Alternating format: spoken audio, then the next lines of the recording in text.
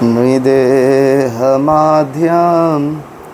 सुलभां सुदुर्लभां प्लवां सुकल्पां गुरुकार्णधारं मायानुकूलेन नभस्यते ऋतां पुमान् भवाब्धि न तरेत् न आत्मना।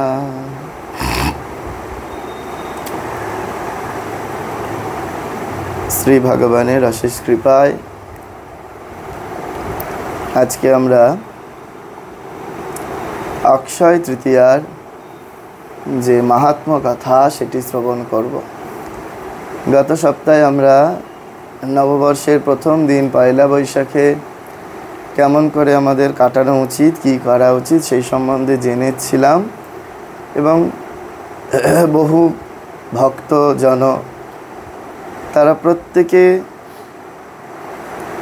ভীষণ পরিমাণে উপকৃত হয়েছেন, সেটি শুনে বহু মানুষ জানিয়েছেন সেই কথা। তো আজকে আমরা সামনে যেহেতু অক্ষয় তৃতীয়া, তো সেই সম্বন্ধে কিছু কথা আজকে আমরা শ্রবণ করব। প্রথম যে শ্লোকটি উদ্ধৃতি দেয়া হলো সেটি হচ্ছে শ্রীমদ্ ভাগবতে রয়েছে। ভাগবতকার ব্যাসদেব তিনি বলছেন যে নৃদেহ মাধ্যম সুলভম সুদুর্লভম। এই নৃ মানে হচ্ছে মানুষ, নৃদেহা মানুষের শরীর।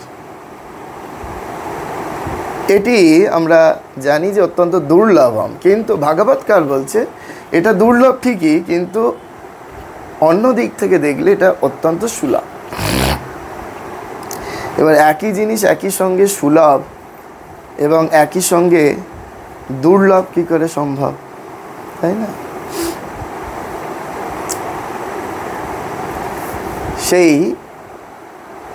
সুলভ কোন দিক থেকে না, সুলভ হচ্ছে এই অর্থে যে এই মাত্র যে শরীর আমরা পেয়েছি সেই শরীর দ্বারাই আমরা ভজন করতে পারবো, ঈশ্বরকে ডাকতে পারবো, ঈশ্বর লাভ করতে পারবো। এই শরীর ব্যতীত অন্য কোনো শরীরে ঈশ্বর লাভ সম্ভব নয়। সেই জন্য ঈশ্বর লাভের ক্ষেত্রে এটি অত্যন্ত সুলভ। কিন্তু দুর্লভ কোন অর্থে না, দুর্লভ হচ্ছে এই ৮০ লক্ষ জন্ম পেরিয়ে আমরা এই মনুষ্য তনু ধারণ করেছি। ভগবানের অশেষ করুণায় তিনি আমাদেরকে এই গিফট দিয়েছেন, এত মূল্যবান গিফট। ওই কমলাকান্ত বলছেন, তার গানে আছে যে দরিদ্রে পাইলে রতন সে কি অযতনে রাখে। দরিদ্রে পাইলে রতন, দরিদ্র যদি মহামূল্যবান জিনিস পেয়ে যায়, এই যেমন আমি দেখেছি যখন আমি গুপ্তিপাড়া ছিলাম তখন ওইসব গ্রামের মানুষ তারা খেতে পাক আর না পাক লটারির টিকিটটা তারা কাটছে, আবার কাটতে কাটতে কখনো মিলেও যাচ্ছে। তা এক বৃদ্ধা মা এরকম লটারির টিকিট কাটতে কাটতে কাটতে কাটতে প্রায় নিঃস্ব, চাল চুলো নাই, কিন্তু যেইটুকুনি তার রোজগার সেইটুকুনি তার এমন নেশা, সে ওইটি করবেই। তা ভগবানের ইচ্ছাতেই বোধহয় তো একবার একটা ৫৫,০০০ টাকার এরকম পেয়ে গেল। তার সঙ্গে সঙ্গে আমি আর আরেক মহারাজ ছিলাম ওখানে, আমরা সঙ্গে সঙ্গে তার বাড়িতে গেলাম, গিয়ে তাকে বোঝালাম যে দেখুন আপনি যে টাকাটা পেয়েছেন এই টাকাটা কালকেই আমাদের সাথে ব্যাংকে চলুন, আপনার নামে ওটা ফিক্সড ডিপোজিট করে দিন। কিন্তু কে কার কথা শোনে? এখন ওই ৫৫,০০০ টাকাটা পেয়েছে, ওই টাকা তো রাখতে পারবে না, ও তো নিমিষের মধ্যে একেবারে খরচ হয়ে গেল। সেই জন্য কমলাকান্ত বলছে, দরিদ্রে পাইলে রতন সে কি অযতনে রাখে। দরিদ্র যদি রতন পেয়ে যায়, দরিদ্র যদি মূল্যবান জিনিস পেয়ে যায়, সে তার যত্ন করতে জানে না তো, সে যত্ন জানে না তো যে ওটাকে কী করে। আমরা একটা সুন্দর বাংলায় কথা রয়েছে, টাকাটাকে আমরা সংগ্রহ করি। টাকা মানে যে কোনো কিছু, আমরা হয়তো যা কিছু সংগ্রহ করি, কিন্তু সংরক্ষণ যে ওটাকে করতে হবে সেটা ভুলে যাই। দুটো শব্দ, একটি সংগ্রহ আর একটি সংরক্ষণ। আমরা যা পাই সংগ্রহ করি। ওই জন্য কৃত্তিবাসী রামায়ণে বলছে, আমি এনেছি এখানে কৃত্তিবাসী রামায়ণ, যদি আরও ইন্টারেস্টেড হন আপনারা, তাহলে অন্যান্য দিন যদি আপনারা নির্ধারণ করেন, তাহলে আমি কৃত্তিবাসী রামায়ণ এখানে পাঠ শুরু করতে পারি। কৃত্তিবাসী রামায়ণ বাংলায় লেখা, পয়ার ছন্দে পাঁচালি সুরে পাঠ হয়। সেই কৃত্তিবাসী রামায়ণে কৃত্তিবাস বলছেন, এই যে আমরা যেখানে যেখানে তীর্থে যাই, তীর্থে গিয়ে আমার মনে হলো শ্রীক্ষেত্রে গেলাম, 4টি জগন্নাথের মূর্তি নিয়ে চলে এলাম, তারাপীঠে গেলাম, 4টি তারামায়ের ছবি নিয়ে চলে এলাম। বলছে এইরূপ যদি আমরা করতে থাকি, আর এনে ওই জাস্ট ফর শোপিস আমরা ওই ইয়েতে তুলে রেখে দিলাম, কী যেন বলে, আলমারির মধ্যে তুলে রেখে দিলাম, যদি এইরূপ কেউ করে থাকে, তাহলে তাকে মৃত্যুর পরে একেবারে নরকে গিয়ে ওই গরম কড়াইয়ের মধ্যে গরম তেলে তাকে ফ্রাই করা হবে। কৃত্তিবাস বলছেন এই কথা। ঠিক একই প্রসঙ্গে শ্রীরামকৃষ্ণদেব বলছেন, ঘরে যত দেবতা দেবীর ছবি থাকবে, সকাল সন্ধ্যা আর কিছু না হোক ধূপ ধুনো দিতে হয়। যদি ধূপ ধুনো না দেওয়া হয় ছবির উদ্দেশ্যে, চিত্রপটের উদ্দেশ্যে, তাহলে তার পাপ ভোগ করতে হয়, পাপ ভোগ করতে হয়। কথামৃত পড়লেই দেখা যায়, সকালবেলা সন্ধ্যাবেলা ফড়া শেষে আলো জ্বালিয়ে দিয়ে গেল, একজন এসে ধুনা দিয়ে গেল, ঠাকুর সব ছবির সামনে গিয়ে করজোরে হাততালি দিয়ে হরিনাম করছেন বা তার সেই দেবতার নাম করছেন। পরিষ্কার চিত্র মাস্টারমশাই তুলে ধরেছেন কথামৃতে। কেন না, ওই যে আমরা সংগ্রহ করলাম তীর্থে গিয়ে, তার সংরক্ষণ করতে পারছি তো। এই সংগ্রহ করলে তার সংরক্ষণ করতে হয়। আমরা জ্ঞান সংগ্রহ করছি, গুরুদেবের কাছ থেকে মন্ত্র সংগ্রহ করছি, সেই মন্ত্রের সংরক্ষণ হচ্ছে তো। সেটি যদি না হয়, তাহলে সংগ্রহতে দোষযুক্ত হয়। সেই জন্য বলা হচ্ছে যে এই মানব তনু অত্যন্ত সুলভ, কিন্তু দুর্লভ কখন না, এই যে আমরা ভগবান আমাকে দিয়ে দিয়েছেন, আমি এর অধিকারী কিনা আগে বুঝতে হবে। কোনো না কোনো কর্মের বশে আমার এই গিফটটা এসে গিয়েছে, কিন্তু হয়তো আমি এর মান্যতা দিতে না পারার জন্য এই এত দুর্লভ মনুষ্য তনু পেয়েও আমরা এটাকে হেলায় ভাসিয়ে দিচ্ছি, হেলায় ভাসিয়ে দিচ্ছি। কি করার কথা ছিল, কি করে মরছি, তাই তো। তো সেই জন্য আমাদের মনে রাখতে হবে, এই যে মনুষ্য শরীর আমরা পেলাম, এই মনুষ্য শরীর চলে গেলে হাজার কেঁদে ভাসিয়ে দিলেও এই মনুষ্য শরীর পাওয়া যাবে না, জেনে রাখো। এরকম মৃত্যুর পরে আপনাদের যত পরিচিত মানুষ মৃত্যুগামী হয়েছে, আপনারা জানেন না যে তারা শরীর প্রাপ্ত হয়েছে কি না। যদি বা শরীর প্রাপ্ত হয়, তাহলে কোন জনি প্রাপ্ত হয়েছে, পশুজনি না পক্ষীজনি না আরও নির্জনী না মনুষ্যজনী, আমরা জানি না। কিন্তু আমরা যেমন যেমন কর্ম করব, তেমন তেমন কর্মের গতি অনুযায়ী আমাদের সেইরূপ জনি প্রাপ্ত হবে, সেইরূপ জনি প্রাপ্ত হবে। আমরা একবার মনুষ্য শরীর পেয়ে গেছি তো, সেন ধরাকে সরা জ্ঞান করছি।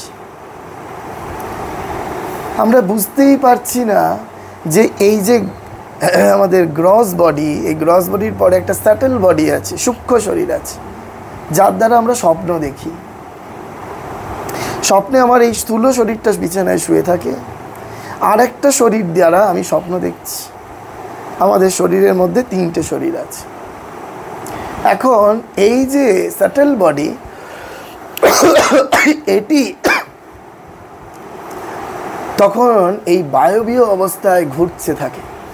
আমার এই গ্রস বডি চলে যাওয়ার পরে যখন এই বায়বীয় অবস্থায় ঘুরছে, তখন হাজার ক্রন্দন করলেও আমাদের ভগবান ওই মুক্তি দিয়ে বা মনুষ্য শরীর দিয়ে আমাদের আবার ফেরাবে না। ভাগবতে আছে। আমরা ভাবছি যে গয়ায় গিয়ে একবার পিণ্ডদান দিলে বোধহয় তার মুক্তি হয়ে গেল। ভাগবতকার বলছেন, গয়ায় গিয়ে যদি 100 বার পিণ্ড দিই তার উদ্দেশ্যে, তাহলেও ভগবান তাকে মনুষ্য শরীর দেবে না। মুক্তি তো দূরস্থ, মনুষ্য শরীর দেবে না। ভাগবতে বর্ণনা আছে, ভাগবতে বলছে, শাস্ত্রবাক্য ইটারনাল ট্রুথ, এটা চিরন্তন সত্য, ও মিথ্যা হবার নয়। সেই জন্য আমাদের মনে রাখতে হবে যে এই যে দুর্লভ মনুষ্য শরীর পেয়েছি, কিন্তু এটা আবার সুলভ, কারণ এর দ্বারাই আমি মুক্তি লাভ করতে পারি, এর দ্বারাই আমরা ঈশ্বরকে দেখতে পারি, এর দ্বারাই আমরা ঈশ্বরের সঙ্গে সাক্ষাৎ করতে পারি, কথা বলতে পারি। যদি এইরূপভাবে আমরা বিচার বিশ্লেষণ করি, তাহলে দেখব যে এই শরীর পেয়ে আমরা ধন্য হয়েছি। ভগবান আমাদের করুণা করেছেন। এখানে দুটি একসঙ্গে ফলবতী হয়েছে। আগের দিন আমি বলেছি what is the definition of kripa, what is the definition of karuna. করুণা কাকে বলে আর কৃপা কাকে বলে? এই যে কৃপা এবং করুণা, এই দুটোই একসঙ্গে হয়ে এই মনুষ্যতনু লাভ করেছি। মনে রাখতে হবে এই কথাগুলি। শাস্ত্রের কথা মনে না রাখলে একটার সঙ্গে একটা লিঙ্ক খুঁজে পাওয়া যাবে না।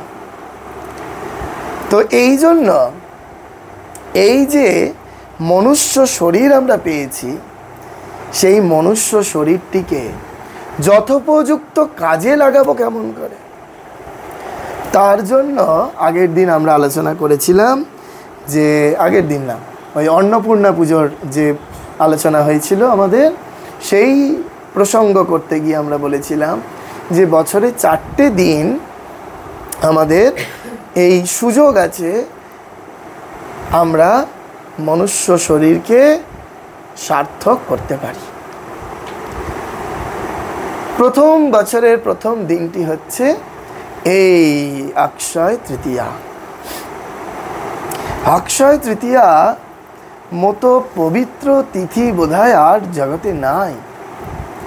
জগতের যত বড় বড় কাজ, যত ভালো কাজ, সব অক্ষয় তৃতীয়ার দিন হয়েছিল।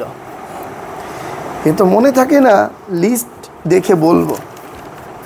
প্রথম অক্ষয় তৃতীয়ার দিন আমাদের ভগীরথ মা গঙ্গাকে এই মর্তে আনয়ন করেছিলেন। প্রার্থনা জানি যে হে মা গঙ্গা, গঙ্গাং বারি মনোহারি মুরারি চরণাচ্যুতাম ত্রিপুরারি শিরোচ্চারি পাপহারি পুনাত্মা। গঙ্গাং বারি, গঙ্গা বারি মানে হচ্ছে বয়াকার বৈষ্ণব রয়সী, বাড়ি মানে জল। গঙ্গার জল অত্যন্ত মনোহর, গঙ্গাং বারি মনোহারি। সেই গঙ্গা কোথা থেকে চ্যুত হচ্ছে?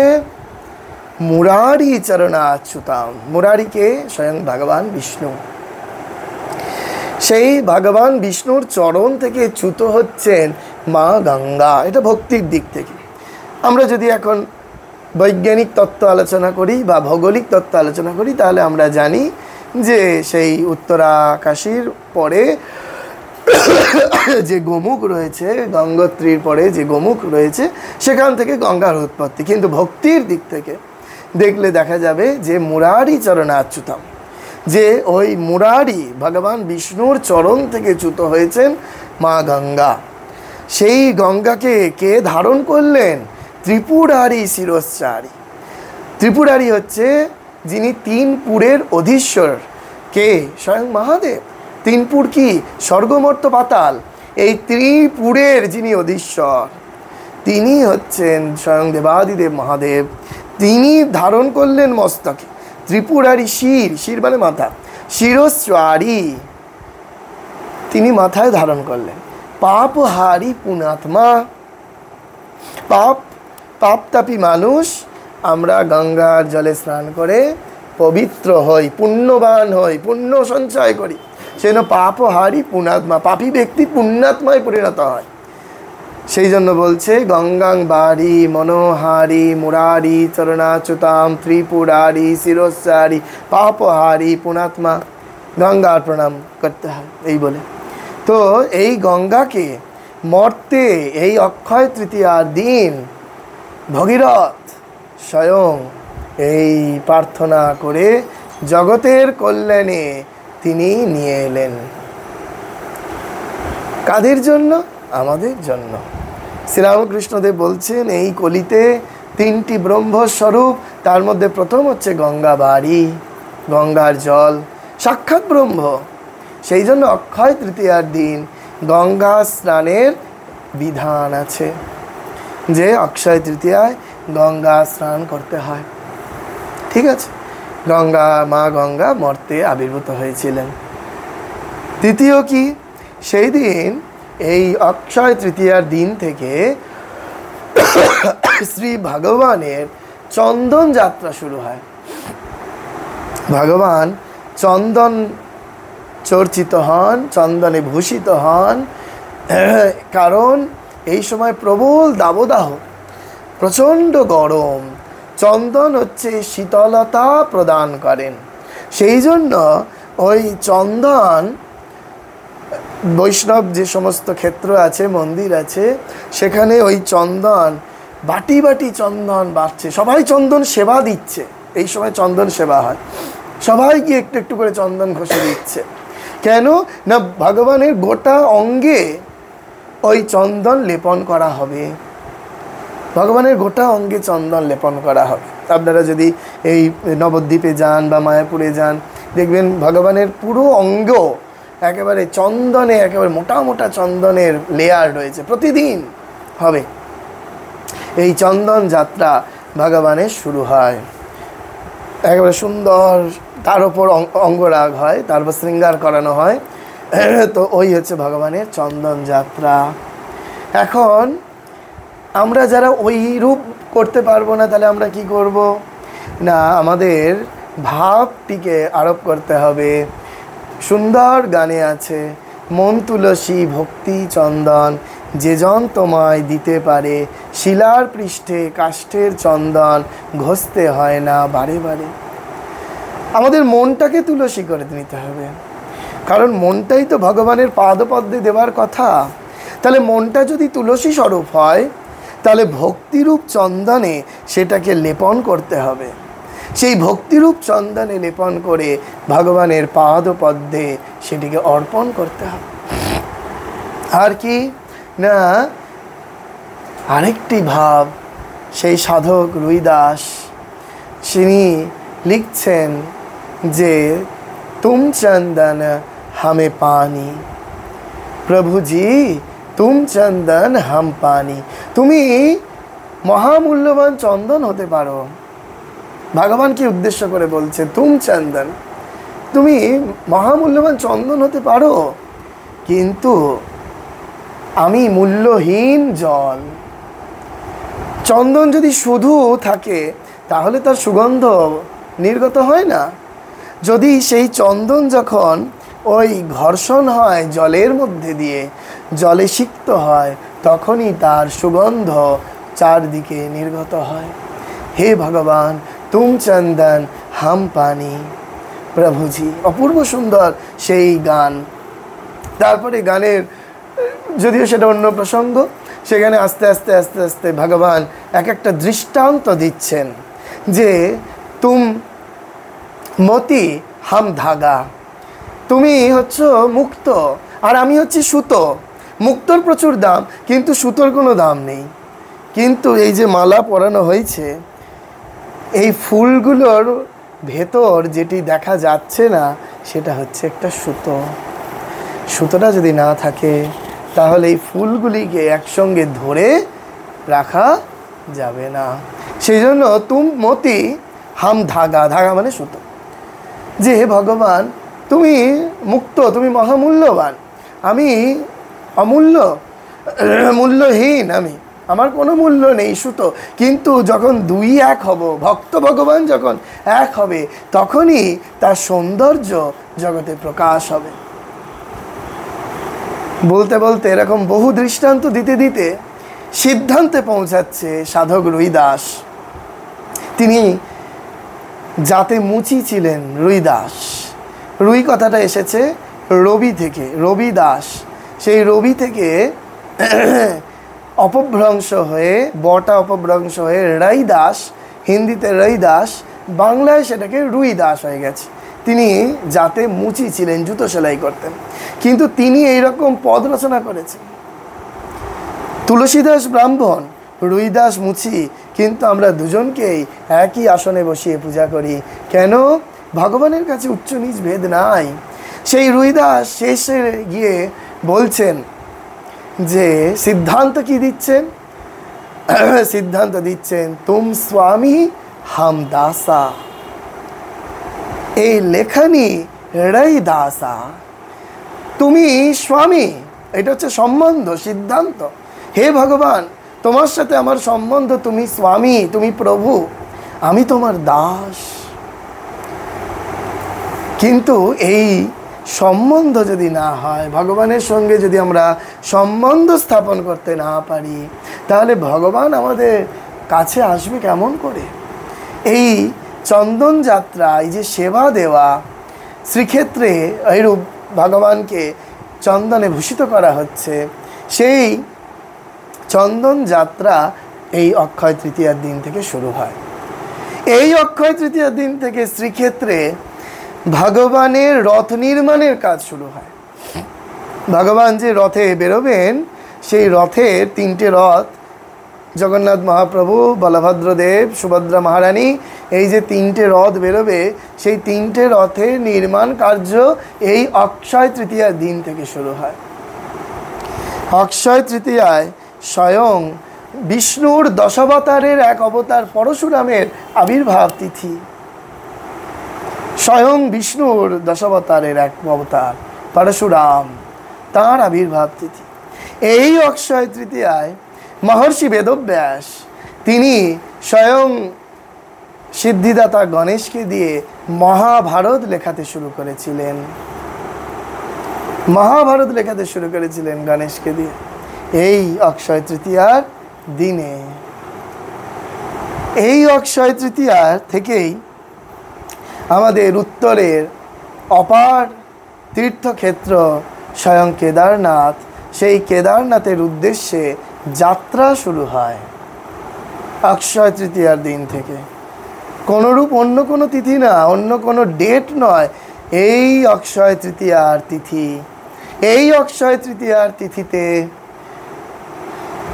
আমাদের সকলের আরাধ্যা শ্রী শ্রী মাতা ঠাকুরানীর জন্মস্থান জয়রামবাটির মাতৃমন্দির সেই অক্ষয় তৃতীয়ার দিন প্রতিষ্ঠিত হয়।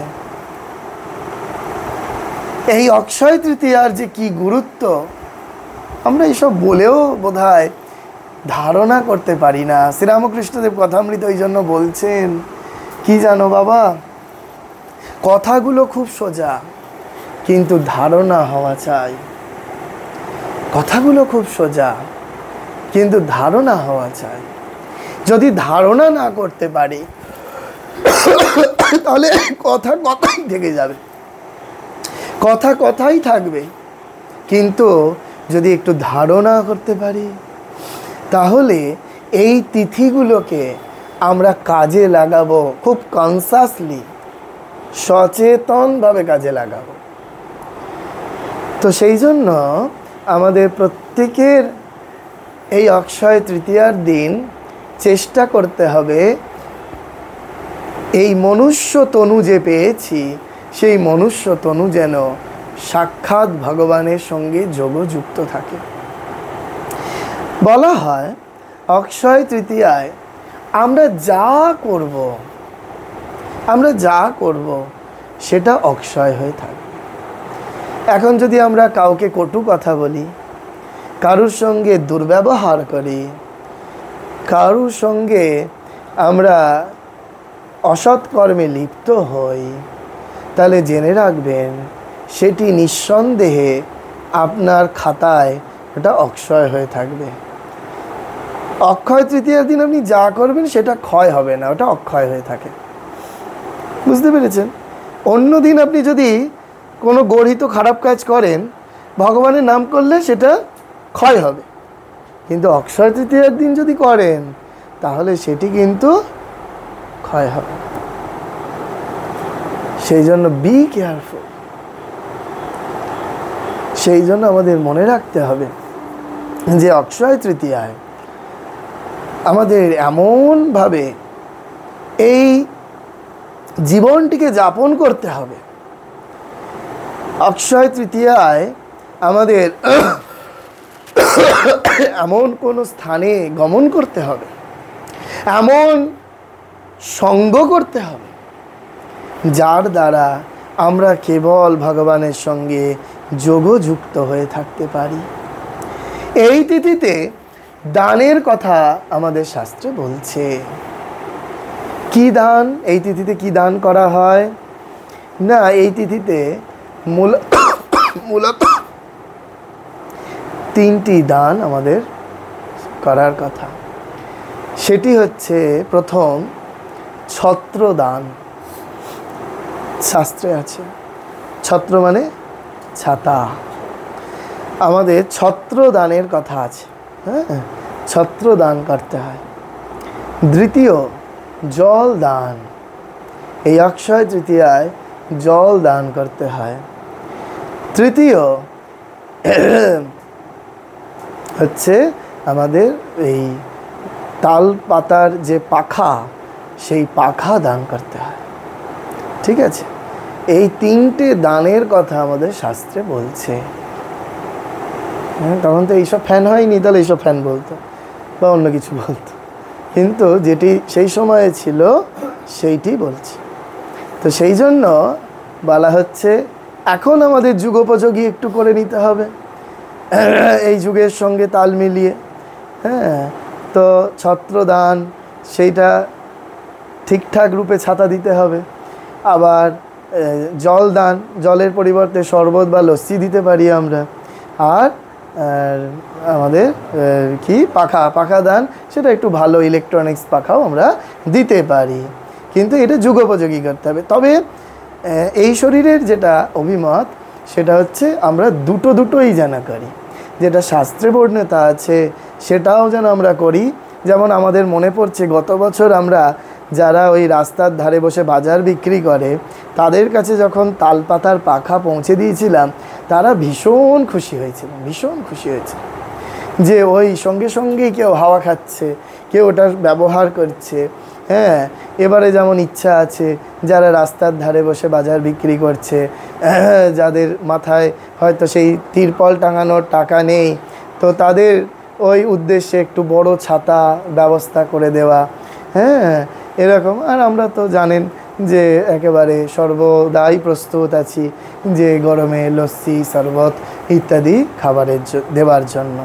তো এটা আপনারা ব্যক্তিগতভাবে করতে পারেন বা এটা সমষ্টিগতভাবে।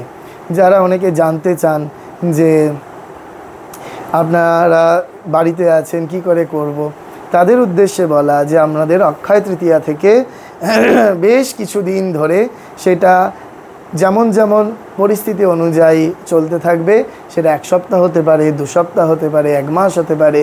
হ্যাঁ, যেমন যেমন পরিস্থিতি অনুযায়ী অর্থের যোগান আসবে, সেই রূপভাবে আমরা এই রূপ ঘুরে ঘুরে আমরা এই সেবাটা চালাবো।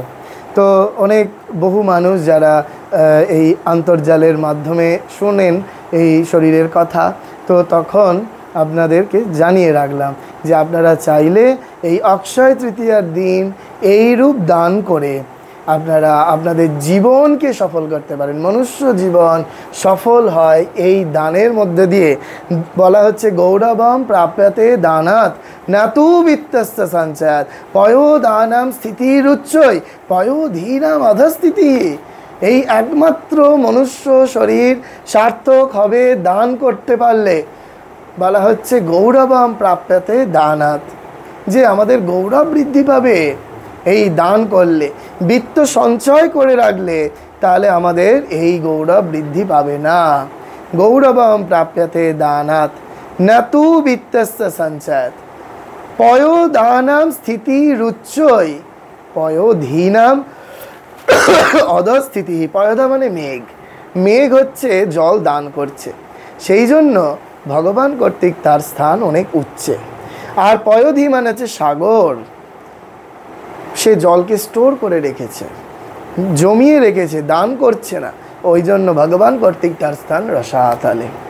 সেই জন্য আমাদের চেষ্টা করতে হবে এই অক্ষয় তৃতীয়াকে উদ্দেশ্য করে আমাদের এইরূপ দানের দিকে ওয়াকিবহল হতে।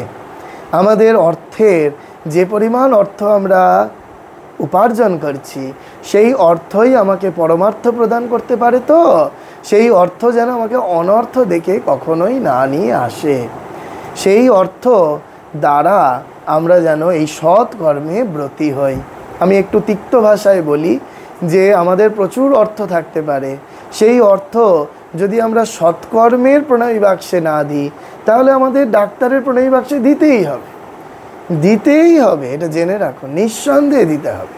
তো সেই জন্য আসুন সবাই মিলে চেষ্টা করি, আমাদের বেঁচে থাকতে ঔষধের প্রয়োজন, সেটি আমরা গ্রহণ করব, এটা আমাদের কোনো সংশয় নেই, কিন্তু আমরা যেন ওই সৎকর্মেও নিজেকে ব্রতী করি। যদি সৎকর্মে নিজেকে ব্রতী না করতে পারি তাহলে আমাদের এই মনুষ্য তনু, মনুষ্য জীবন আমাদের সার্থক হবে না, সার্থক হবে না। এটা আমাদের মনে রাখা একান্ত প্রয়োজন। সেই জন্য আমরা যা অর্থ উপার্জন করছি সেই অর্থের মোটামুটি 20% সেটাকে দান করুন, আর 80%-এর মধ্যে 20% জমান, আর বাকি পড়ে রইল 60%, সেই শতাংশ দিয়ে সংসার প্রতিপালন করুন। এটা রেশিওতে ভাগ করে দেওয়া যায়। যা রোজগার করছি তাহলে তার 20% ধরে নেওয়া যাক। 100 টাকা রোজগার করলে 20 টাকা জমানো হবে, 20 টাকা দান হবে, আর বাকি 60 টাকা সংসার প্রতিপালন করতে হবে। এটা এবার রেশিওতে বাড়বে। ঠিক সেরূপ যদি আমরা করতে পারি তাহলেই একমাত্র আমরা ওই পরমার্থ গতি লাভ করব। আর না হলে মৃত্যুর পরে আমাদের এত চোখের জল ফেলতে হবে, সে চোখের জলের কাহিনী ভাগবত থেকে কখনো পারলে শুনবেন। সেই জন্যই অক্ষয় তৃতীয়ার দিন, শুধু অক্ষয় তৃতীয়া বলে না, অক্ষয় তৃতীয়াকে কেন্দ্র করে ভালো কাজ কেবল অক্ষয় তৃতীয়ার দিন করবো, সারা বছর আমি একেবারে ওই অসংযত জীবনযাপন করলাম, ভোগের মধ্যে ডুবে গেলাম, কারুর কষ্ট হচ্ছে দেখেও ফিরেও তাকালাম না, কারুর প্রতি সহানুভূতি সম্পন্ন হলাম না, হ্যাঁ, সেইটি যেন না হয়। হ্যাঁ, বোঝা যাচ্ছে? আমাদের সহানুভূতি দেখানোর কথা যদিও ঠাকুর বলেননি, সহানুভূতির ইংরেজি হচ্ছে সিম্প্যাথি, আমাদের হতে হবে এমপ্যাথি, সমানুভূতি। শ্রীরামকৃষ্ণদেব যেটা দেখিয়েছেন এমপ্যাথি, সমানুভূতি। এই যতক্ষণ না আমরা সমানুভূতিশীল হচ্ছি, সহানুভূতি যে কেউ হয়, আমরা অমুকের একটু কষ্ট দেখে সহানুভূতি দেখালাম, সিম্প্যাথি আমরা দেখাতেই পারি, ওটা নিয়ে কোনো মহত্ব নেই। কিন্তু যতক্ষণ আমরা এমপ্যাথি দেখাতে পারছি, সমানুভূতিশীল হতে পারছি, ততক্ষণ পর্যন্ত শ্রীরামকৃষ্ণ রাজ্যে প্রবেশ করতে পারবো না। স্বামী বিবেকানন্দ এই কথাই বলেছে, স্বামীজি পরিষ্কার চিঠিতে লিখেছেন, বলছেন যে যারা নিজের স্বর্গে নরকে গিয়েও অপরের মুক্তির জন্য চেষ্টা করে তারাই কেবল আমার ভাই শ্রীরামকৃষ্ণের চেলা। যদি সে তা না পারে, এই বেলায় তফাৎ হয়ে যাক, তাদের আমার প্রয়োজন নাই। পরিষ্কার লিখেছেন স্বামীজি, বলছেন তাদের প্রয়োজন নাই, এই বেলা তফাৎ হয়ে যাক। যারা পরে নিজে নরকে গিয়েও অপরের মুক্তির চেষ্টা করে, তারাই শ্রীরামকৃষ্ণের চেলা, তারাই আমার ভাই। ভাবা যায়? আমরা তো ড্যাং ড্যাং ড্যাং ড্যাং করে মঠ মিশনে যাচ্ছি, গিয়ে ভাবছি যে এটা বিরাট কিছু করে ফেললাম, কিচ্ছু হচ্ছে না। স্বামীজিকে তো পড়ে না কেউ, ওই ঠাকুরের দুটো কথা, মায়ের দুটো কথা পড়েই নাচতে থাকে সবাই। স্বামীজিকে না পড়লে ঠাকুরকে মাকে বোঝা যাবে কেমন করে? এই ঠাকুর মাকে বুঝতে গেলে স্বামীজিকে পড়তে হবে, স্বামীজিকে জানতে হবে। স্বামীজি এই কথাই বলেছেন এবং এইটাকে সম্মতি দিচ্ছেন শ্রীরামকৃষ্ণকে। কারণ ঠাকুর বলেছেন, তুই আর আমি কি আলাহিদা, দুয়ের এপিঠ আর ওপিঠ, তুই আর আমি আলাদা নই। কারণ স্বামীজির কথা মানে সেটা ঠাকুরেরই কথা, কারণ ঠাকুর আর স্বামীজি এক। তো সেই জন্য মনে রাখতে হবে যে আমরা এইটা করতে প্রস্তুত। তো আমার একবার মনে আছে, যাই হোক না, সেটা বলবো না এখানে প্রকাশ্যে। আপন আপন সাধন কথা না কহিও যথাতথা, তো সবটা বলে দেওয়া উচিত হচ্ছে না। তো যাই হোক, কিন্তু আমাদের এইটা মনে রাখা উচিত যে আমরা যতটা পারব যদি এইরূপভাবে সচেতনভাবে যদি অপরের কল্যাণ সাধনে, স্বামীজির ছেলেরা কি করছেন দেখুন, স্বামীজির যারা সাক্ষাৎ ডাইরেক্ট ডিসাইপল, সাক্ষাৎ শিষ্য, মন্ত্র শিষ্য, তারা সেই হরিদ্বারে প্রথম গেছেন, গিয়ে ওই যারা অসুস্থ রোগী সাধু সন্ত তাদেরকে তুলে নিয়ে এসে সেবা শুশ্রূষা করছে, তাদের মলমূত্র মাথায় করে নিয়ে গিয়ে পরিষ্কার করছে। কিন্তু তারা এদিকে সাধু, তাদেরকে গোটা সাধু সমাজ বলে দিল ভাঙ্গি সাধু। ভাঙ্গি মানে মেথর, ভাঙ্গি সাধু বলা হতো। সাধু সমাজে সেই সময় কোনো ছত্রে গেলে সেই অচলানন্দ এবং কল্যাণানন্দ স্বামীকে ছত্রে ভিক্ষা দেওয়া হতো না। আজকে যে কঙ্খল রামকৃষ্ণ মিশনের এত রমরমা, এত বাঙালি হসপিটাল নামে পরিচিত, সেই হসপিটাল কি করে শুরু হয়েছে সেই সব কাহিনী আপনাদের জানা উচিত, জানা দরকার। সেই সময় কেউ তাদেরকে কোনো সাধু সমাজ মেনে নিল না, কিন্তু তারাই সাধুদের সেবা করছে, তারাই সাধুদের সেবা করছে। তো তাদের কীরকম না, সেই কল্যাণানন্দ স্বামী এক ক্রোশ না 1.5 ক্রোশ পথ হেঁটে গিয়ে একজন কুষ্ঠরোগীর বুড়ো আঙুলটা চুষে দিয়ে আসতেন। তিনি ওই কুষ্ঠরোগীর বুড়ো আঙুলটা চুষে দিলে তিনি বড় স্বস্তি লাভ করতেন। সেই কুষ্ঠর মধ্যে নানা রকম পোকা কিলবিল করত, সেই কুষ্ঠরোগীর বুড়ো আঙুলটা চুষে দিয়ে আসতেন। আমরা তো এত দূর পারবো না, তবে আমি এরকম মানুষ দেখেছি, জানেন, আমি মহা সৌভাগ্যবান যে আমি এরকম মানুষ দেখেছি, এই যুগেও দেখেছি, এবং তাদের দ্বারাই আমি উদ্বুদ্ধ হয়ে সন্ন্যাসী হয়েছি। তবে তাদের দ্বারাই উদ্বুদ্ধ হয়ে এই সেবা কাজে ব্রতী হয়েছি। সেবা যদি করতে হয় এইরূপ সেবা, ওই মঠে গিয়ে একটুখানি কিছু করে দিলাম, ওটা তো সেবা যে কেউ করতে পারে। স্বামী বিবেকানন্দ কি বলছেন শোনাই, অত্যন্ত মহাভীরের মধ্যে যে কেউ অপরের জন্য প্রাণ দিতে প্রস্তুত, কিন্তু যেখানে যাকে কেউ চেনে না, জানে না, কারুর নামের প্রত্যাশা পর্যন্ত করে না, সেখানে অপরের জন্য যে প্রাণ দিতে সদা প্রস্তুত থাকে, সেই ভগবানের অত্যন্ত প্রিয়, সেই ভগবানের অত্যন্ত প্রিয়। স্বামীজির চিঠি পড়ে দেখুন, পরিষ্কার বলছেন, অত্যন্ত মহাভীরের মধ্যে আমরা যে কেউ প্রাণ দিতে প্রস্তুত। কেন? আমার নাম যশ খ্যাতি হবে। কিন্তু যেখানে আমাকে চেনে না, জানে না, এইরূপ স্থানে গিয়ে যদি এই বসুদেব কুটুম্বকম, তাদেরকে নিজের আত্মীয় ভেবে, তাদেরকে আপনজন ভেবে, তাদের কথা চিন্তা করে, ওই জন্য আমি বলি না যে আমাদের আধ্যাত্মিক পথে এগোতে গেলে কি করতে হবে জানেন? আধ্যাত্মিক পথে এগোতে গেলে আমি যাকে চিনি না, আমি যাকে জানি না, হ্যাঁ, হয়তো ক্ষণিকের আলাপ, যার সাথে আমার ব্লাড কানেকশন নেই, আমি কি তার জন্য ভগবানের কাছে দুবেলা প্রার্থনা করতে পারছি? আমি কি তার জন্য ভগবানের কাছে মঙ্গল প্রার্থনা করতে পারছি? আমি কি তার বিপদে আপদে সবার আগে গিয়ে ঝাঁপিয়ে পড়ে সেবা করতে পারছি? কজন করে? আমরা পিসমশাই, মেসমশাই, কাকা কাকি, মামা মামি, তাদের কিছু হলে সবসময় ছুটছি, কিন্তু কজন আপনারা রামকৃষ্ণের নাম করছেন, কিন্তু কজন আপনারা জগৎকে রামকৃষ্ণ দেখছেন? কজন? এর থেকে হাস্যকর আর কিচ্ছুটি হয় না। সেই জন্য জেনে রাখুন যে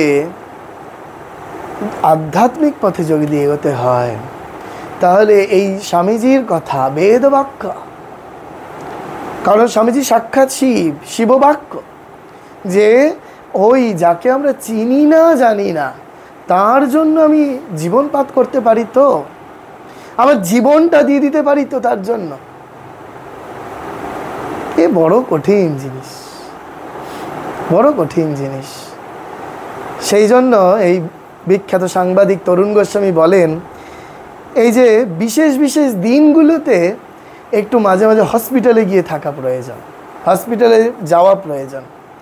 কেন না, হসপিটালে যারা ভর্তি রয়েছে তারা কেউ আপনার আপনজন নন, আর যেহেতু তারা কেউ আপনার আপনজন নন, এটাকে ধরে ফেলে দাও না, তোমারই পায়ের তলায় রয়েছে। হ্যাঁ,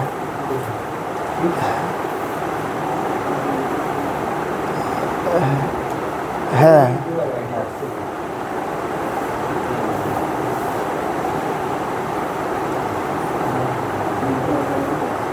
ওর তো ভগবানের কথা শোনা হয়ে গেছে, এখন শরীরটা গেলে মুক্তি পেয়ে যাবে।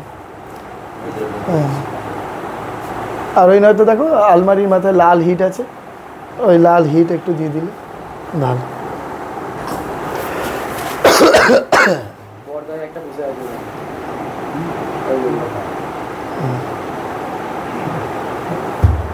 ওইটাকে একটু পজ করে দিলে বোধহয় ভালো নাকি।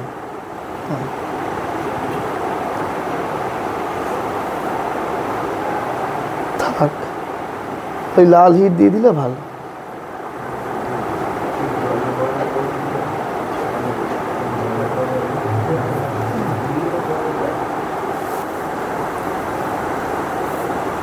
আমাদের এইটি মনে রাখতে হবে যে আমরা এই মনুষ্য শরীর পেয়েছি, তো আমাদের এইরূপভাবে সেবার মধ্যে দিয়ে যাতে মনুষ্য শরীরটিকে সার্থক করতে পারি, দানের মধ্যে দিয়ে মনুষ্য শরীরটিকে সার্থক করতে পারি। সেই জন্য অপরের জন্য এবার কি করতে হবে, যেমন আমরা বলি যে অপরের জন্য যেই আমরা ওই জপ করতে পারি, তাই না? এই অক্ষয় তৃতীয়ার দিন বহু জায়গায় ছোট ছোট যত আশ্রম, আমিও এর আগে যে আশ্রমগুলিতে ছিলাম সেখানে করাতাম যে এই জপযজ্ঞ। কারণ ভগবান বলছেন দশম অধ্যায়ে, ভগবান কৃষ্ণ গীতায় বলছেন আহম জাপ যজ্ঞাস্মি। ভগবান বলছে আমি যজ্ঞের মধ্যে জপযজ্ঞ। হ্যাঁ, যজ্ঞ বহু রকমের হয়, তার মধ্যে শ্রেষ্ঠ যজ্ঞ হচ্ছে জপযজ্ঞ। জপযজ্ঞ কী করে করতে হয় না, সূর্যোদয় থেকে সূর্যাস্ত পর্যন্ত এক আসনে বসে ওইরূপভাবে একেবারে অপরের কল্যাণের জন্য জপ করতে হয়, তাই না? আমাদের শিবানন্দ বাণীতে আছে, মহাপুরুষ মহারাজ বলছেন যদি আমরা একদিন জপ না করি, কোনো কারণে কাজের জন্য আমাদের একদিন জপের আসনে বসা হলো না, তাহলে তার প্রায়শ্চিত্ত করতে হয়। তার প্রায়শ্চিত্তটা কি না, তার প্রায়শ্চিত্ত হচ্ছে এই যে সকালবেলা সূর্যোদয় থেকে সূর্যাস্ত পর্যন্ত ওই একটি দিন জপ করতে হবে। আর খিদে পেলে বলছে মুড়কি আর বাতাসা, একদম পরিষ্কার বলেছেন, মুড়কি আর বাতাসা পাশে রাখতে হবে, ওই একটু উঠে মুড়কি বাতাসা খেলো, ঠিক আছে? না হলে ওই একদিন জপ না করলে তার ওই প্রায়শ্চিত্ত স্বরূপ সূর্যোদয় থেকে সূর্যাস্ত পর্যন্ত আমাকে প্রায়শ্চিত্ত করতে হবে জপ করে। হ্যাঁ, এরকম বিধান দিয়ে দিয়েছেন মহাপুরুষ মহারাজ। ঠিক আছে, এখন এইসব বললে বাবার বেলুর মঠে কেউ দীক্ষাই নিতে যাবেন কিনা সন্দেহ আছে, তো সেই জন্য এখন আর এসব বলে টলে না। কিন্তু উদ্বোধন থেকেই প্রকাশিত বই, সেই বইতেই আছে। তো সেখানে আমরা পাই যে মহাপুরুষ মহারাজ পরিষ্কার বলছেন যে এই হচ্ছে, জিজ্ঞেস করছে এক জনৈক ভক্ত এসে যে মহারাজ একদিন যদি জপ না করি তাহলে কি তার কোনো প্রায়শ্চিত্ত করতে হবে? মহারাজ বলছে অবশ্যই করতে হবে, অবশ্যই করতে হবে বলে এই বিধানটি দিলেন। এইটা শুনে মনে হবে যে বাবা রোজ তার থেকে জপ করা ভালো। ওই একদিন সূর্যোদয় থেকে সূর্যাস্ত নাকানি চোবানি খেয়ে যেতে হবে যে যদি কারোর অভ্যেস না থাকে। তবে পরম পূজ্যপাদ শ্রীমস্বামী দিব্যানন্দজি মহারাজের কাছে আমি এরকম শুনেছি, মহারাজের অফিসে মহারাজ যখন সারদাপীঠে ছিলেন, মহারাজজি এরকম দেখেছেন একজন অফিসার, তিনি ওই শনি এবং রবি তিনি কিন্তু উদয়াস্ত জপ করেন, উদয়াস্ত জপ করেন। হ্যাঁ, এবং তার যখন শরীর যায়, হসপিটালে মহারাজজি গেছিলেন, তো তখন ওই দেখছেন যে শরীর যাবার সময়তেও তার যখন স্ট্রেচারে করে নিয়ে যাওয়া হচ্ছে অপারেশনের জন্য, তখনও তার কর ঘুরছে, জব চলছে, জব চলছে। তিনি একজন বিরাট বড় অফিসার ছিলেন। হ্যাঁ, তো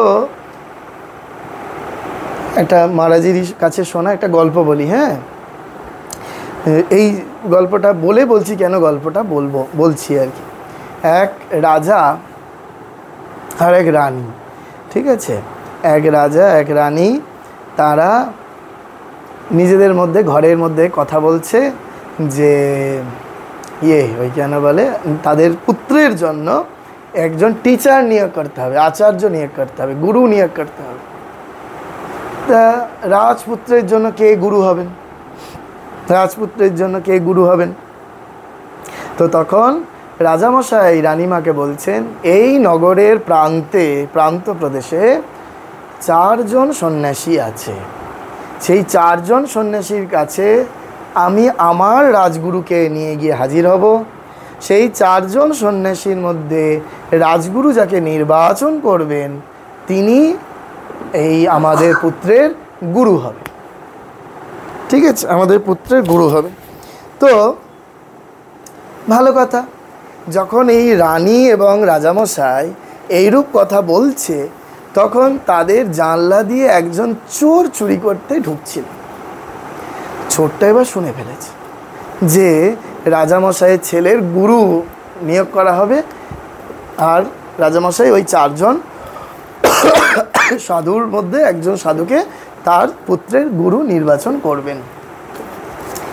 চোর তখন ভাবল যে আমি যদি এখন সাধু হয়ে যাই, আর ওই 4 জনের মধ্যে যদি আমি 5 জন হই, আর আমাকে যদি রাজামশাই তার পুত্রের জন্য গুরু নির্বাচন করেন, তাহলে এর থেকে সৌভাগ্যের আর কিছু হয় না।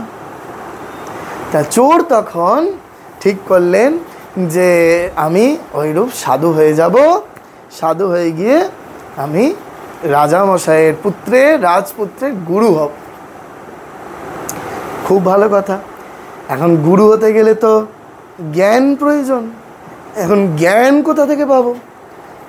তখন সেই চোর যে এখন বর্তমানে সাধু হয়েছে, সে সাধু বেশে ওই বাকি 4 জন সাধুর কাছে গিয়ে ভিক্ষার ঝুলি নিয়ে, কোন ভিক্ষা? জ্ঞান ভিক্ষার ঝুলি নিয়ে সেই প্রথম সাধুর কাছে গিয়ে বলছেন, আচ্ছা মহারাজজি, আপনি আমাকে বলুন কি করলে জগতের সমস্ত জ্ঞান আহরণ করতে পারি? তখন সেই প্রথম সাধুটি বলছেন, আমার গুরুদেব আমাকে একটি জিনিসই শিক্ষা দিয়েছেন, সেটি হচ্ছে সদা সত্যকে ধরে রাখতে হবে। যদি সত্যকে ধরে রাখতে পারি তাহলে আমি সমস্ত জ্ঞান, যে জ্ঞান পেলে সব পাওয়া হয়, সেই জ্ঞান প্রাপ্ত হবে। তা তুমি কি এখন এই জ্ঞান অভ্যাস করতে পারবে? তখন সেই চোররূপী সাধু বলছে, হ্যাঁ আমি চেষ্টা করলে নিশ্চয়ই পারবো। খুব ভালো কথা। সেই জ্ঞান ভিক্ষার ঝুলিতে সত্যস্বরূপ ভিক্ষা করে সে তার কুঠিয়ায় চলে এলো। সে কিছুদিন ধরে সে শুধু সত্য অভ্যাস করতে শুরু করলো কোনো কিছুতে। কারণ স্বামীজি বলছেন না যে সত্যের জন্য সব কিছু ত্যাগ করা চলে, কোনো কিছুর জন্য সত্যকে ত্যাগ করা চলে না। সেই জন্য ওই প্রথম সাধুর কাছ থেকে ভিক্ষা পেল কি? সত্য। এবার সেই চোররূপী সাধু কিছুদিন পরে আবার দ্বিতীয় সাধুর কাছে গিয়ে জ্ঞান ভিক্ষার ঝুলি নিয়ে দাঁড়িয়েছেন। যখন জ্ঞান ভিক্ষার ঝুলি নিয়ে দাঁড়িয়েছেন তখন সেই সাধু বলছেন, একই প্রশ্ন করেছেন তো, বলছেন আমার গুরুদেব আমাকে একটি জিনিসই শিখিয়েছেন, সেটি যদি ঠিকভাবে তুমি অভ্যাস করতে পারো তাহলে তুমি সমস্ত জ্ঞান প্রাপ্ত হবে। কি সেটি? অহিংসা। তুমি কোনো কিছুর বিনিময়ে কারোর প্রতি কোনো হিংসা করবে না। তুমি যদি অহিংস হও তাহলে তুমি সব জ্ঞান প্রাপ্ত হবে। তুমি কি তা পারবে? তখন সেই চোররূপী সাধু বলছেন, অবশ্যই পারবো, আমি চেষ্টা করব, আমাকে পারতেই হবে। সেই সাধু সেই দিন ভিক্ষার ঝুলিতে অহিংসার নিয়ে ফিরলেন। কিছুদিন ধরে তিনি অহিংসা অভ্যাস করলেন, অহিংসার অভ্যাস হলো। যখন তিনি অহিংসায় অভ্যেস করে সিদ্ধি লাভ করলেন তখন তিনি তৃতীয় সাধুর কাছে গেলেন। মনে রাখতে হবে কিন্তু, এইগুলো ভুলে গেলে কিন্তু হবে না, তাহলে অক্ষয় তৃতীয়ার দিন গণ্ডগোল হয়ে যাবে। তৃতীয় সাধুর কাছে গিয়ে কি ভিক্ষা করলেন? তৃতীয় সাধুর কাছে গিয়ে একই জিনিস বলছেন যে আপনি আমাকে এমন কিছু প্রদান করতে পারেন যার দ্বারা আমি সমস্ত জ্ঞান আহরণ করতে পারি। তখন তৃতীয় সাধু বলেন, আমার গুরুদেব আমাকে একটি জিনিসই বলেছেন, আমি সেটাই সারা জীবন ধরে অভ্যাস করেছি, সেটি হচ্ছে ভগবানের নাম আর ঈশ্বরের ধ্যান। তুমি যদি তা করতে পারো, যদি নাম করতে পারো, ধ্যান করতে পারো, তাহলে তুমি সেই পরম জ্ঞান প্রাপ্ত হবে, পরম জ্ঞান প্রাপ্ত হবে। তো তুমি কি তা পারবে? চোররূপী সাধু বলছেন, হ্যাঁ আমাকে পারতেই হবে, আমি চেষ্টা করব। তিনি সেই দিনেও ভিক্ষার ঝুলি পূর্ণ করে তার কুঠিয়ায় চলে গেলেন। কিছুদিন বাদে তিনি চতুর্থ সাধুর কাছে গেলেন। চতুর্থ সাধুর কাছে গিয়ে বলছেন যে আপনি আমাকে এমন কিছু প্রদান করতে পারেন যার দ্বারা আমি নিজে সম্পূর্ণ হব, জ্ঞানে পরিপূর্ণ হব। তখন বলছেন সাধু, আমার গুরুদেব আমাকে একটি জিনিসই শিখিয়েছেন, আমি সারাটা জীবন ধরে আমি কেবল ওইটি অভ্যাস করেছি, তুমি যদি তা করতে পারো তাহলে তুমি সম্পূর্ণ জ্ঞান প্রাপ্ত হবে। কি সেটি? সেটি হচ্ছে শরণাগতি। শরণাগতি বলেই মহারাজ বলেন যে আমরা দীক্ষার পরে একটি গান গাই, রামকৃষ্ণ শরণাম রামকৃষ্ণ শরণাম শরণ্যে শরণাগতহম শরণাগতহম কৃপাহি কেবলম কৃপাহি কেবলম। কিন্তু সেটা শুধু মুখেই তাওড়ানো হয়। আমরা কত রামকৃষ্ণ শরণাম গাইছি, কতবার শরণাগত হম বলছি, কিন্তু শরণাগতি আমরা করতে পারছি না, শরণাগত হতে পারছি না। তো সেই জন্য সেই চতুর্থ সাধু বলছেন যে তুমি যদি শরণাগতির অভ্যেস করো তাহলে তুমি সেই জ্ঞান প্রাপ্ত হবে। এখন সেই সাধু ফিরে গেলেন, ফিরে গিয়ে শরণাগতির অভ্যেস করলেন। এখন রাজামশাই দিন নির্ধারণ করে ফেলেছেন, তার রাজগুরুকে নিয়ে সেই রাজপুত্রের জন্য আচার্য নির্বাচন করতে যাবেন। যেহেতু আচার্য নির্বাচন করতে যাবেন, তখন রাজগুরু গিয়ে বলছেন যে তুমি এই রাজপুত্রের জন্য কি শিক্ষা দিতে পারো বলো। তখন প্রথম সাধু বলছেন যে আমি সত্যকে শিক্ষা দিতে পারি, সত্য স্বরূপে আমি প্রতিষ্ঠিত। দ্বিতীয় জন বলছে যে আমি অহিংসা শিক্ষা দিতে পারি, আমি অহিংসা ধর্মে প্রতিষ্ঠিত। তৃতীয় সাধু বলছে আমি নাম শিক্ষা দিতে পারি, আমি নামে প্রতিষ্ঠিত। চতুর্থ সাধু বলছে আমি শরণাগতি শিক্ষা দিতে পারি, আমি শরণাগতিতে প্রতিষ্ঠিত। এই এক একজন এক একটাতে এক্সপার্ট। প্রথমজন কিসে? সত্যে এক্সপার্ট। দ্বিতীয়জন অহিংসাতে এক্সপার্ট, তৃতীয়জন নামে এক্সপার্ট, চতুর্থজন শরণাগতিতে এক্সপার্ট। মনে থাকতে হবে, হ্যাঁ? তাহলে এই চারটে মূল স্তম্ভ হচ্ছে আমাদের ধর্মের মূল স্তম্ভ। এইবার সাধুর চারজন সাধু হয়ে গেল। চারজন সাধুর রাজামশাই জানতেন চারজন সাধুই ওখানে থাকে। এবার দেখছে যে আরেকটা কুঠিয়া রয়েছে, পঞ্চম সাধু রয়েছে। সেই রাজগুরুকে নিয়ে যখন পঞ্চম সাধুর কাছে গেল, তখন সেই পঞ্চম সাধুর কাছে গিয়ে বেলা অতিক্রান্ত। রাজগুরু বলছে, তুমি তাড়াতাড়ি বলো যে তুমি এই রাজপুত্রকে কি শিক্ষা দিতে পারো। তখন সেই পঞ্চম সাধু বলছে, আমি সত্য, অহিংসা, নাম, শরণাগতি সব কিছুই শিক্ষা দিতে পারি, এটা ঠিক, কিন্তু তবে হ্যাঁ, রাজপুত্র তখনই শিক্ষিত হবে যখন সে এইগুলিকে আচরণে ফলবতী করবে। নচেত শুধু মুখে বললে, হাজার শিক্ষা প্রদান করলেও রাজপুত্র কখনোই সেই বিষয়গুলিতে শিক্ষিত হবে না।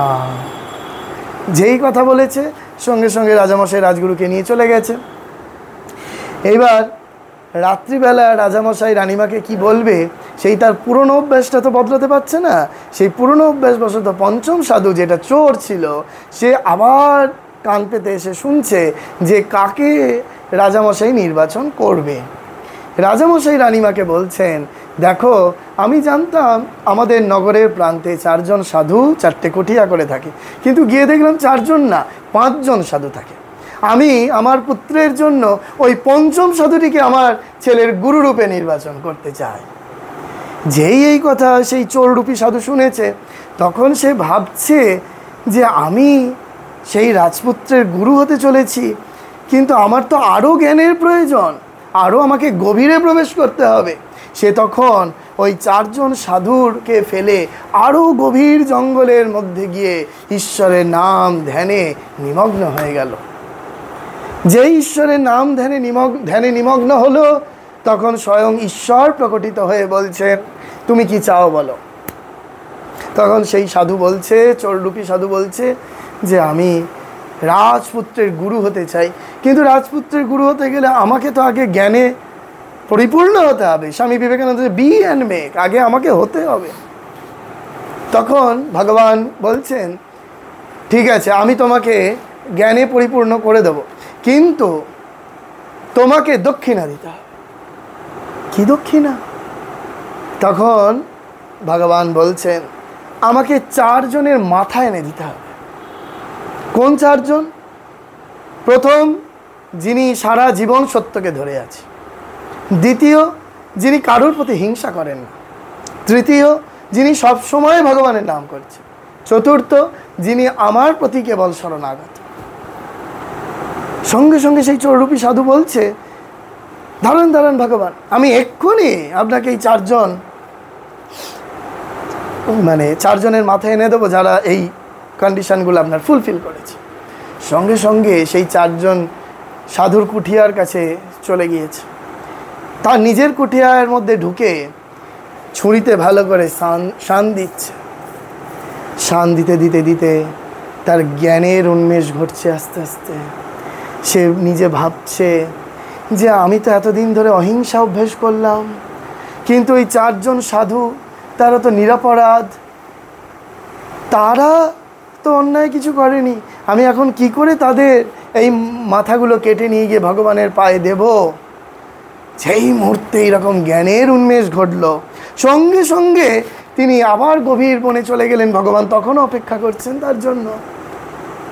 ভগবানের সামনে দাঁড়িয়ে সেই পঞ্চম সাধু, চৌরূপী সাধু বলছেন যে, হে ভগবান, আপনি যে চারটে কন্ডিশন বললেন, এই চারটে কন্ডিশনই আমার মধ্যে আছে।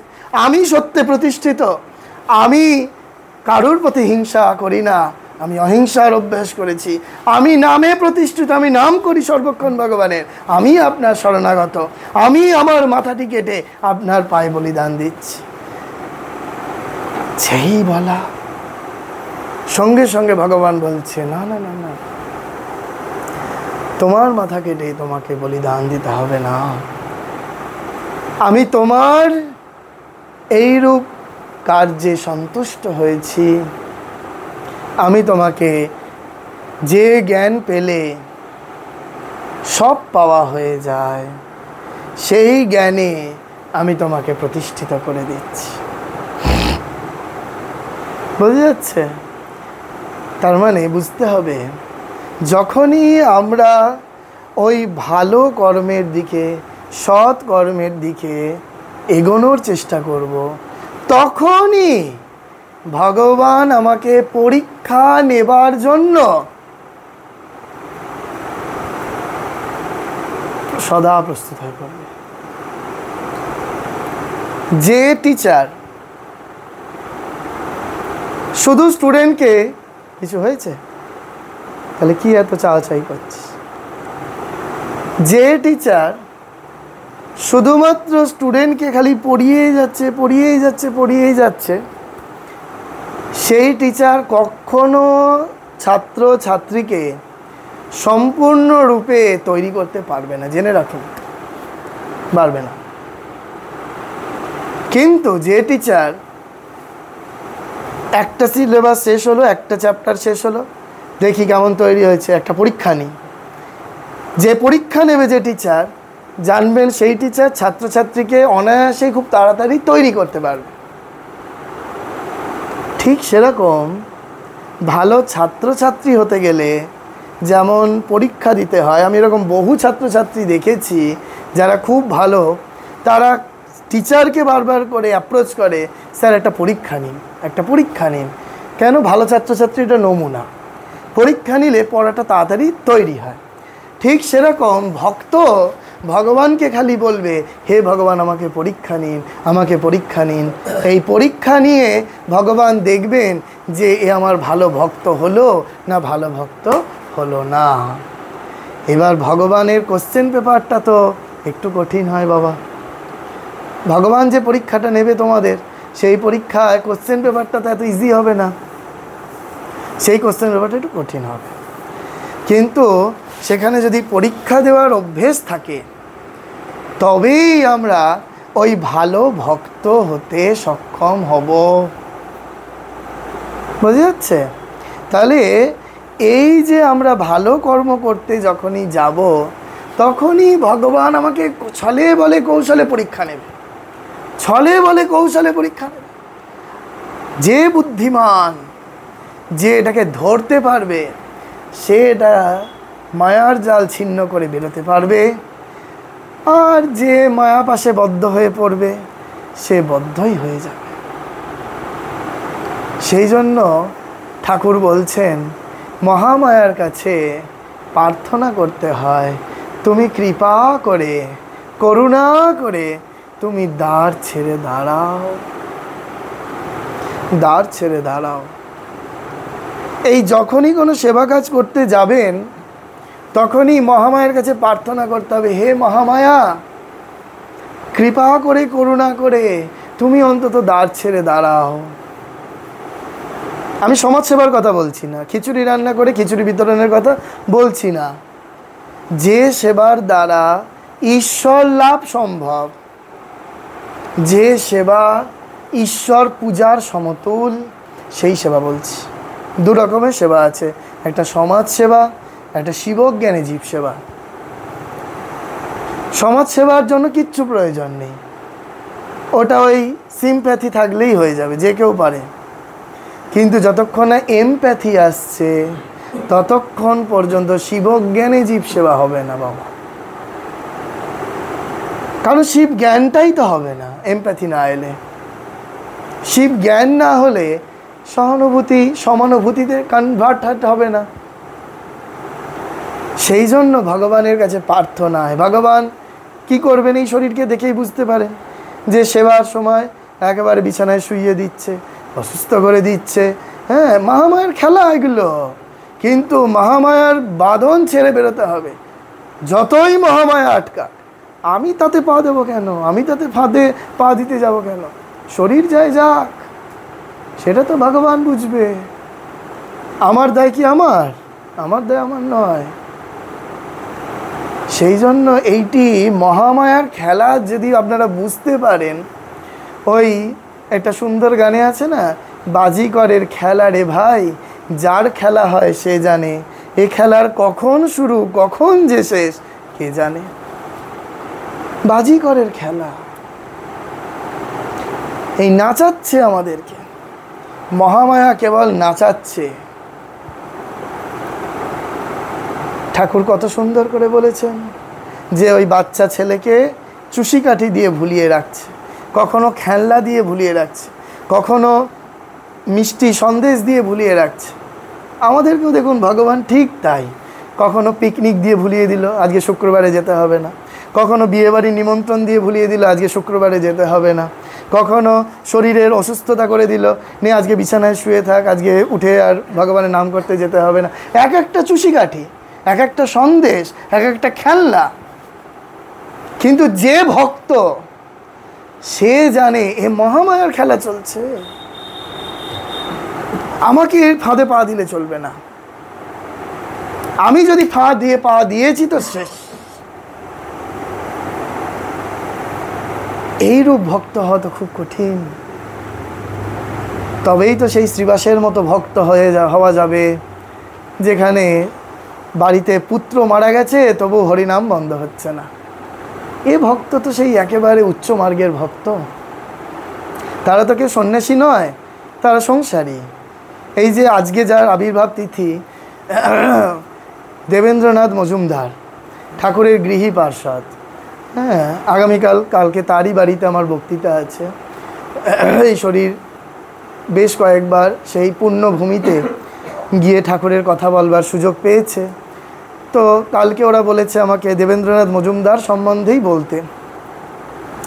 তো সেই দেবেন্দ্রনাথ মজুমদার তিনি একজন গৃহস্থ, তিনি সন্ন্যাসী হতে চেয়েছিলেন, ঠাকুরের কাছে আর্জি করেছিলেন যে আমি ত্যাগী হব, সন্ন্যাসী হব। ঠাকুর তাকে বারণ করলেন, পরিষ্কার বারণ করলেন যে না, ওই তোমার দ্বারা সন্ন্যাসী হওয়া যাবে না, তোমায় ঘরে থাকতে হবে বলে অপূর্ব সুন্দর গান টান গেয়েছিলেন। যাই হোক, সেটা অনেকটা বড় হয়ে যাবে, কালকে আপনারা শুনতে পারবেন ভিডিও হলে। তো এখন এই যে তারা ঘরে আছেন, কিন্তু আজকে তার বাড়িটি পুণ্যভূমিতে পরিণত হচ্ছে। আজকে আরেকটি বিশেষ দিন, গুড ফ্রাইডে। আজকের দিনে ভগবান যীশু খ্রিস্টকে ক্রুশবিদ্ধ করে হত্যা করা হয়েছিল। সারদা মা বলছেন যে দেখো, জগতের কল্যাণে, মানবের কল্যাণ সাধনে ভগবান যীশু এই ধরার বুকে অবতীর্ণ হলেন, কিন্তু তাকে শেষ সময়ে তার শিষ্যরাই ধরিয়ে দিয়েছিল। কত বড় নৃশংস! জেসাস খ্রাইস্টের শিষ্যরা তাকে ধরিয়ে দিয়েছিল। সেই জেসাস খ্রাইস্টকে পেরেক বিদ্ধ করা হলো, কাঁটা তার দিয়ে বাঁধা হলো, হত্যা করা হলো। কিন্তু তারপরেও তিনি বলছেন যে দেখো প্রভু, এদের তুমি দোপরাধ নিও না, এদের দোষ দেখো না, এরা জানে না এরা কি ভুল করছে, প্রভু তুমি এদের ক্ষমা করো। মা সারদা বলছেন এত দূর ক্ষমা কি মানুষ করতে পারে? এত দূর ক্ষমা কি মানুষ করতে পারে? এইসব কথা তো জানতে হবে, আমাদের জানা প্রয়োজন এইগুলো। ঠাকুর মা কি বলছেন, এইরূপ যদি আমরা করতে পারি তাহলে দেখব যে এই যে বিশেষ দিনগুলো আমাদের কাছে আসছে, সেই বিশেষ দিনগুলো আমরা যেন কাজে লাগাই। বছরের প্রথম দিন চলে গেল, আপনারা কে কত দান করেছেন হিসাব করে দেখুন, আজকে খাতায় গিয়ে লিখবেন, যেমন হিসাব লেখেন সেরকম লিখবেন বছরের প্রথম দিন কে কত দান করলেন। তাহলে একটা বছরে চলে গেল।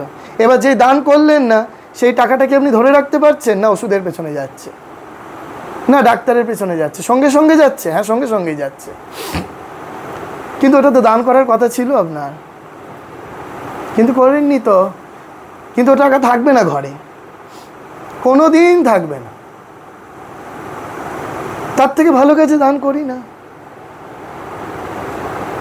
আবার সামনে অক্ষয় তৃতীয়া আসছে, পারবো তো আমরা দান করতে? আমরা অপরের জন্য প্রার্থনা করতে পারবো তো? অপরের জন্য, যাকে চিনি না জানি না, তার জন্য একটু জপ করতে পারবো তো? যদি এইরূপ হয় তাহলে এরকম অক্ষয় তৃতীয়া সার্থক হবে, তবে তা অক্ষয় হয়ে থাকবে। তো সেই জন্য অনেকেই জানতে চেয়েছিলেন, প্রশ্ন করেছিলেন যে অক্ষয় তৃতীয়ার দিন কি করণীয়। অক্ষয় তৃতীয়ার দিন জাগতিক যেমন আমরা দান করব, ঠিক সেরকম পারমার্থিকভাবে আমরা অপরের উদ্দেশ্যে জপ করে সেই জপের ফল দান করব।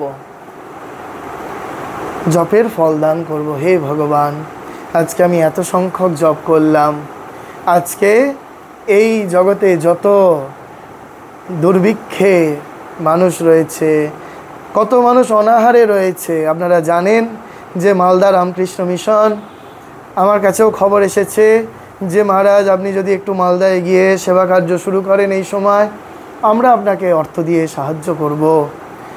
অলরেডি রামকৃষ্ণ মিশন চলে গিয়েছে, যারা বাস আজকে জমিহারা সেই মালদায়, তাদেরকে রামকৃষ্ণ মিশন সেবা কার্য শুরু করেছে, সেবা কার্য শুরু করেছে।